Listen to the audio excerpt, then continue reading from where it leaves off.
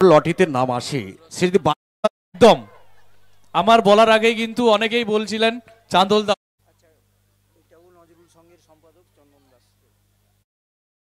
প্রসেনজিৎ সাউ, বাড়ি চাঁদোল দা। চলেছো মঞ্চে চলেছো।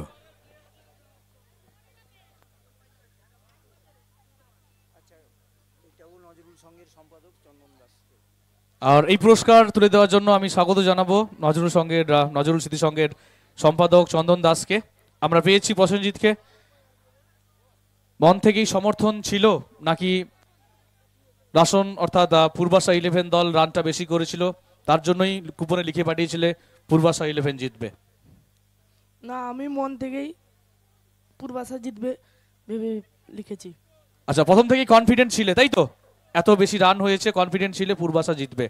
আর কেমন লাগলো বলো আজকের ফাইনাল খেলা দেখে? আজকে ফাইনাল খেলা দেখে খুব ভালো লাগলো। আর কোন খেলোয়াড়ের খেলা দেখে তোমার সব থেকে বেশি ভালো লেগেছে আজকে? পূর্বাশা খেলোয়াড়ের দেখে। কোন খেলোয়াড়, এমন কোন স্পেসিফিক নেম কি আছে যার খেলা দেখে তোমার সব থেকে বেশি ভালো লেগেছে? না, সবার খেলা দেখে ভালো লেগেছে তাই তো? আর পুরস্কার রয়েছে, নিশ্চয়ই ঘরে যাবে পুরস্কার তাই তো? আর এর আগে কখনো কি পুরস্কার পাওয়া হয়েছে লাকি কুপনে? না, প্রথম পুরস্কার পাচ্ছ লাকি কুপনে। আর এখানকার ব্যবস্থাপনা সম্পর্কে কি বলবে? কেমন লাগে যেভাবে এত সুন্দর মাঠ খেলোয়াড়দের জন্য এবং যেভাবে গোটা মাঠকে সাজিয়ে তোলা হয়েছে, একটা সুন্দর একটা মঞ্চ, দেশ দুনিয়ার বিভিন্ন প্রান্ত থেকে, ভারতবর্ষের বিভিন্ন রাজ্য থেকে যেখানে খেলোয়াড়রা অংশগ্রহণ করে এই টুর্নামেন্টে? খুব ভালো ব্যবস্থা, খুব ভালো ব্যবস্থাপনা, খুব ভালো লাগে টুর্নামেন্ট তাই তো? Thank you.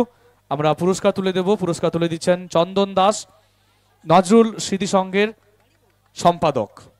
পুরস্কার তুলে দিলেন প্রসেনজিৎ সাউয়ের হাতে, আর সঙ্গে অবশ্যই সুব্রত পাত্র। ধন্যবাদ। এরপর নেক্সট, আজকের লাস্ট